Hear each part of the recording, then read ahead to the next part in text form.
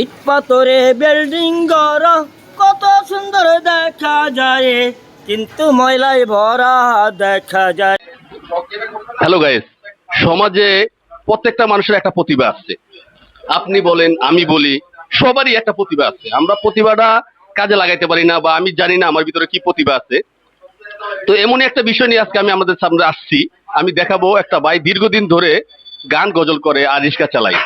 তো আমি ফলো করে দেখছি ওনার ভিতরে একটা প্রতিভা আছে। আসলে প্রতিভাটা আমরা প্রকাশ করতে পারি, কেউ পারি না। সমাজে যত প্রতিভাবান ব্যক্তি আছে, কোনো না কোনো মাধ্যমে তারা মিডিয়াতে আসে, তারা সামনে আসে, কারো না কারো মাধ্যমে আসে। তো আজকে আমি আপনাদেরকে দেখাবো সেরকম একটা প্রতিভাবান লোক।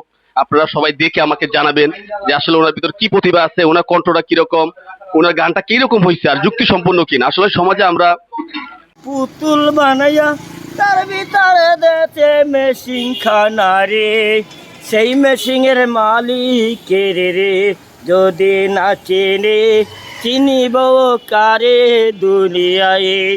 দুনিয়াতে দেখা যায় রে সকলে লুবি, অগলোপ ছাড়া একমাত্র পেয়েছি মাওলা রে।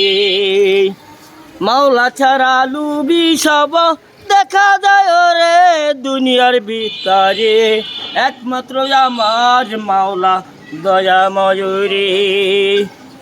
ইট পাথরে বিল্ডিং ঘর কত সুন্দর দেখা যায়, কিন্তু ময়লায় ভরা দেখা যায়।